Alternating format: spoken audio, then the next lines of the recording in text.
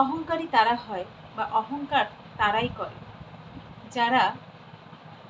যাদের উপার্জন 5 টাকা বা 10 টাকা, 5 টাকা উপার্জন করে 10 টাকা ব্যয় করে বেড়ায়, উড়িয়ে বেড়ায়।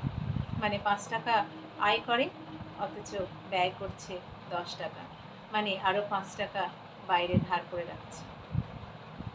কিন্তু যারা সত্যিকারের কষ্ট করে উপার্জন করে, তারা অন্যের কষ্টের মর্ম বোঝে, অন্যের কষ্টের দাম দিতে জানে, এবং তারাও অর্থের মর্ম বোঝে, কিভাবে সেটাকে সঞ্চয় করতে হয়, কিভাবে সঞ্চয় করে রাখতে হয়, নিজের ভবিষ্যতের কথা ভাবতে হয়, তারাই বোঝে। যারা এইভাবে হঠাৎ করে যাদের জীবনে কিছু পয়সা আসে এবং সেটাকে তারা হারিয়ে ফেলে যে কিভাবে তারা খরচা করবে, তারা এটা বোঝে না যে আমার ভবিষ্যতের কথা আমাকে আগে ভাবা উচিত, এই অর্থটা এসেছে এটাকে সঞ্চয় করা উচিত। তারা সঞ্চয়ের কথা ভাবতেই শেখেনি, শুধুমাত্র অর্থ কিভাবে ওড়াতে হয় সেটা শিখেছে।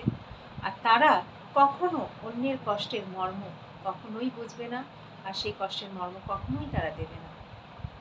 তাই তাদের কাছ থেকে সেই আশা করাটাও বৃথা।